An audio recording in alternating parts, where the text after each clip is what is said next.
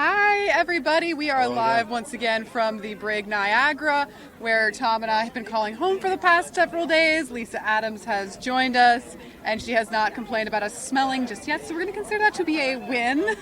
We haven't had like an actual human shower in a couple days. Now, the parade of sail is almost underway. It is 4 o'clock right now, which means that things are about to start really happening. It's the Betsy Ross flag that we saw them raise a little bit earlier. They have that flag up. There's an American flag from the War of 1812 that they have as well. So there's just kind of a lot of different American flags. I might be mixing them up. There's so many different things going on here.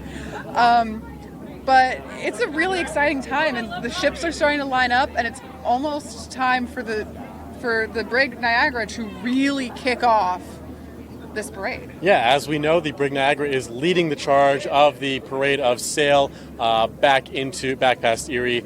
We currently have all of the boats lining up behind us. Dare I say, it is a boatload of boats. Thank you. Can you tell that we've spent a lot of time together over the past 4 days? But yeah, Lisa, what do you think of everything going on right now?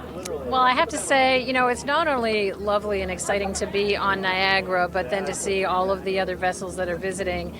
They're all surrounding us now, getting ready to get in line and putting their sails up. So, one thing I never really thought about when you're on the Niagara, because it was a warship, you are down from a good line of sight. So when I'm standing here with you, I don't have the view that I have. You can kind of peek out through the where the cannons would have been back in the day. But early on in this trip, I jumped up on what they said. You can get up on these boxes that give you a better view over the side.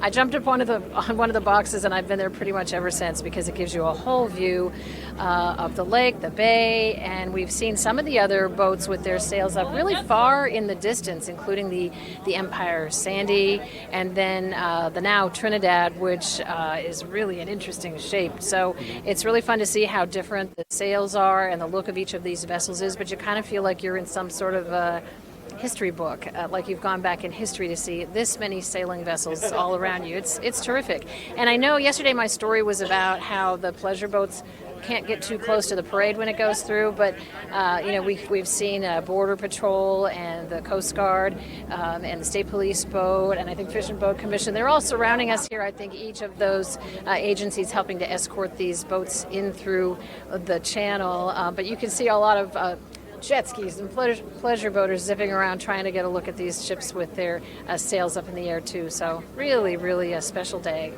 And I did just check with the captain. It is, in fact, the flag that would have been flying during the War of 1812, just very large. Yeah, and I believe I also just checked with our engineer, Jen. You saw her just before. I believe she said we are traveling around 3.5 knots, more or less, she says, which is something in miles per hour. I'm not a boat expert. Sarah, would you know that? It's about 4. About 4. 3.5 knots, it's a little bit more per miles per hour. All right, well, then we are traveling in that speed back towards Erie, where we will again be leading the charge in the Brig Niagara in the parade of sail.